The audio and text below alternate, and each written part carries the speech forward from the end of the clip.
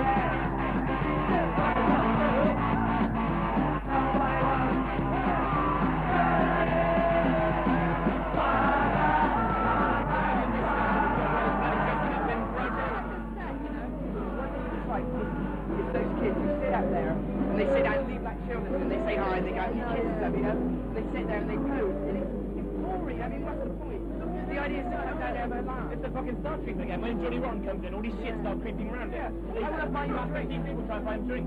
He just goes, oh yeah, thanks mate. I mean, it's just not on. You've seen his watch? Yeah, fucking digital watch, yeah. He's got a leather coat which costs about 500 quid. They're shit. They're just trying to set up a whole new pop star thing again. They're just into making money. McLaren is into making money and that's all there is. Punk rock as such has been going for coming up to 2 years now in England anyway, in any shape or form. And I suppose it just so happens that I was mixing with a group of people who are instigators of it, like Malcolm McLaren, who's obviously the leading force as such. When he started off the Pistols, I knew him before he started the Pistols just a little bit. And that's when he split to America with the Dolls and came back and then he formed Pistols or something like that. Do you think this is music? No. I mean, it's really boring. I mean, when it first started off about a year and a half ago, it was okay, it's something new. But now, I mean, there hadn't been anything new for a year and a half. All the same bands doing everything the same. It's just rehashed. If you get it from the 60s originally, okay? You take it from the 60s, right? And you take the energy. You take the speed. But then eventually, I mean, how many times can you play those numbers that everyone else has done? It's so continuous, it's got to be boring. Which is why the Stooges and ours were so fantastic. Because it was something totally new. And then if you take that, and you can get something new, and you get something totally original, that's what you've got to do. You've got to assault the audience, you've got to attack them. You've got to just hit them at them. You've got to give them something to look at. But you've got to give them something that is incredibly powerful to listen to. By the mid-70s, most of the rock superstars who were boring old farts left over from the 60s had gotten more preoccupied with their own ego and the excruciating details of their own superstardom than with any kind of relationship to the lives and problems and situations of their audience. I mean, rock and roll is okay to dancing to, but I mean, it's okay, we just want some new music. I mean, this scene now is just boring. It's not as far as it can go. We want something new happening. Why are you wearing that shirt? What? I just like it. I wear what I like. I mean, my girlfriend made it for me. I don't want to buy shit from fucking ready-made supermarkets, punk supermarkets like Sex. I mean, they just make it. And all the kids go, oh great, it's a new Sex gear, we're going to buy it. We're down Roxy. We're on new Wickle figures down at Roxy. I mean, they can buy their stuff in C&A. Then he's selling ripped t-shirts and stuff in fucking C&A too. You're in the same vein. I mean, you're saying it's like same We crowd. want the kids. We want to get the same kids. Yeah, but if you've got something totally new, they got something to latch onto straight away. Why does punk all sound the same? I mean, all the rest. Why does it all sound the same? It doesn't sound all the same. I don't think it does. Because, I mean, you take the Pistols, the Clash, and the Cortinas, they're all three different sounds.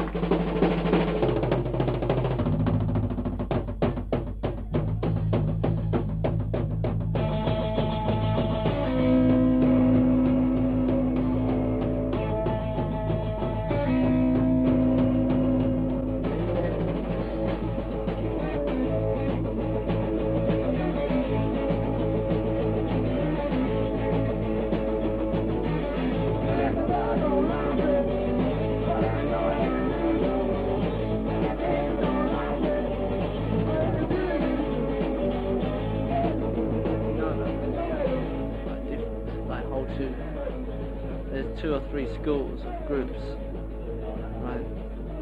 There's certain different directions. There's like, everyone's in it for like their own like personal motives, whatever that is. Well, it's like down to, everyone's got one common denominator, right? And it's having fun, right? That's the most important. But then like, there's some groups that are dopey and only have fun themselves, and then there's some groups that have fun and other people have fun as well with them. You know what I mean? There's also, yeah, right, the audience. There is a certain sound, right, which is developing, right? Some of like the more established groups do have a kind of like original sound which is their own, right? And then there's about 30 groups that have a drone, right? It just goes, the whole sound is this, it goes,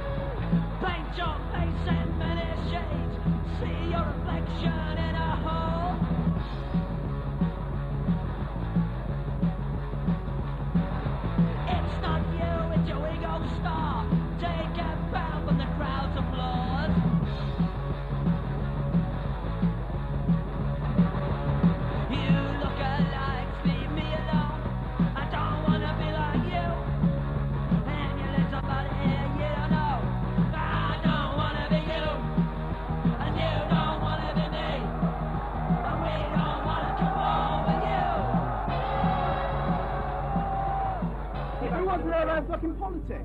I'm not particularly interested in some nigger in Trenchland gets beat up. That's his own luck. He wants to do something about it, he do it. I can admire someone. Yeah, I could admire. I'd admire someone for changing it, right? If they're just going to moan about it, and then it brings attention to it. Like no one's got the right to put their political views onto someone else. Just sort of say, look, I'm a singer. Think about it. It's like writing a fucking manifesto. All it is you think to somebody. Yeah, okay. They see about it. That's only my. But the reality of the situation is that the majority of people are not prepared to listen to someone else moaning about their problems. Who cares about the majority of the people? You just want to sell records to the majority of the people. I just want to get across my views. But if no one's going to listen to you, if no one's going to listen to your views, lots of people listen to reggae. What are your views then? What? What are your views then? Just pissed off with everything. Just totally boring. Why do you say that? Is the enemy still? No, I'm just pissed off with the enemy. It's really so what do you boring. want to do? I don't know. You don't know what you want to do? I'd like to just sort of play political songs to my own circle of friends, but you can't do that. Yeah, that's just the same as doing it in front of your mirror.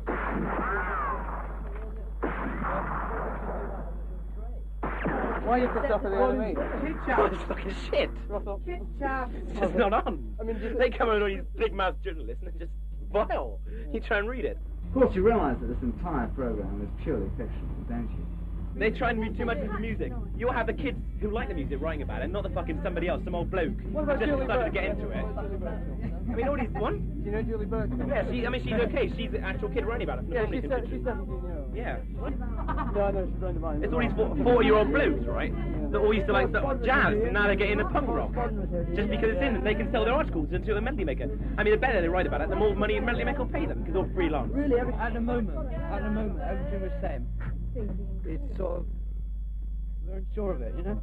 Yeah. So, all that stuff he's saying, he's not sure if he's right. But it's good, isn't it? It's good, isn't it? Yeah. Because at least people are saying things like that. At least, I mean, we're having arguments about Gene Vincent, but that doesn't fucking matter. At least we're having arguments. At least we're not listening to Gene Vincent and just listening to him. You know? As long as kids talk and they're intelligent enough to know what they're talking about. I mean, half the kids who come here are so dumb. They just follow fucking the Sex Pistols and they don't know anything about it. They don't know any different. They don't know there's loads of other records before the Pistols and they're copying other people. I mean, they think they're brand new and they're not brand new. Yeah, they're doing rehashes.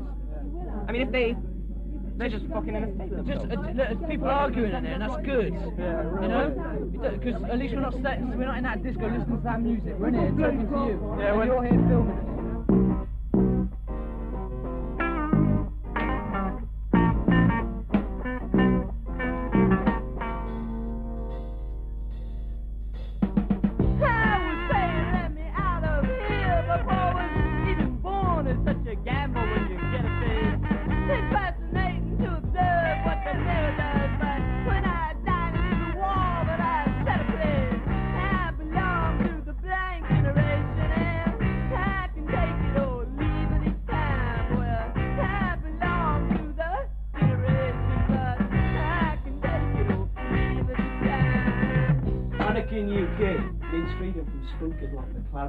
Okay, boys, you got 2 minutes to shoppers. Fuck off, bastard. Shit. I prefer not to shop you. I like my mother. I want to get a nice job and grow up a decent bloke. But if you insist... Boom! Tits! Spunk! Spunk, spunk! Anarchy needs coordination. Where is Giruti and his Black Hand Gang? Because if we'd got Giruti and his Black Hand Gang, we'd have McLaren swinging on a rope. Where is Giruti? Where's Girante? Where are they now? More publicity should be getting to what's happening in Sheffield, you know.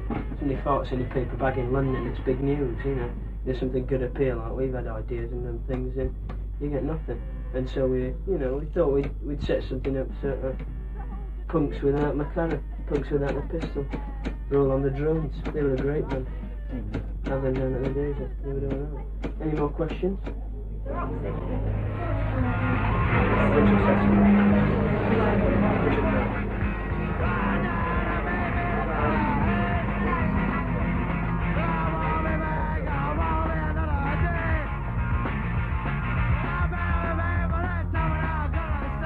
tended to develop very quickly, working with the bands, seeing an interest, finding it interesting myself, being a bit older and I suppose a bit wiser, I could do something about it. Punk came out of the Thames estuary in the pimples of the Whiteford. It used to be a gay disco, this place, and We must be in heaven, man! There is always a little bit of heaven in the dance area. Yeah.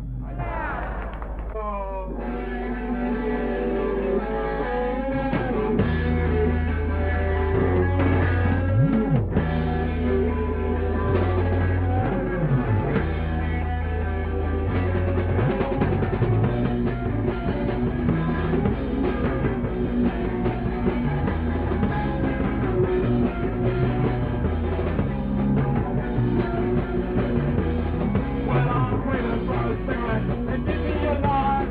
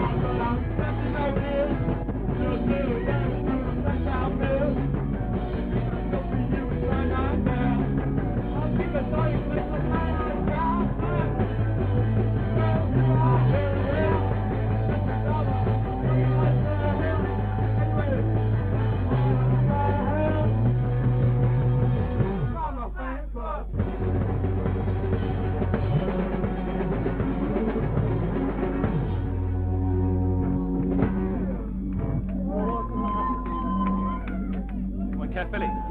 Well, we were inside, right? There's about 100 kids in the cinema. Yeah. And then all these, when we came outside, they're having these prayer meetings, and they had this bonfire, and all these fucking vicars outside, right? And they're all praying, trying to exorcise the church. When we came out, there's 600 football fans, right? And they're just laid in all these fucking kids. There's 100. The whole car park. There's all these bishops, right? And they were telling them to hit us. All these fucking old blokes, all the councillors. The police came in 4 times and just stood there and had to walk out. And then all these fucking hippies. It's just not on. I mean, they were just there to beat us up because they read about it in the fucking Nationals, and they just come along to beat us up because there aren't any football matches in Caerphilly. It's just so dead. And they're trying to exorcise the church, and they're saying the Sex Pistols are the children of the devil, and they're sort of waving these crosses around at us when we walked in.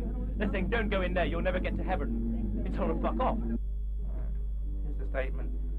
We opened up this club because we felt it was the right thing to do at the right time when things were bubbling up nicely on the whole scene. There's a lot of activity. We're going to close the club now because it's all going to become too easy and too boring for everybody. So we're going to move on and do something else.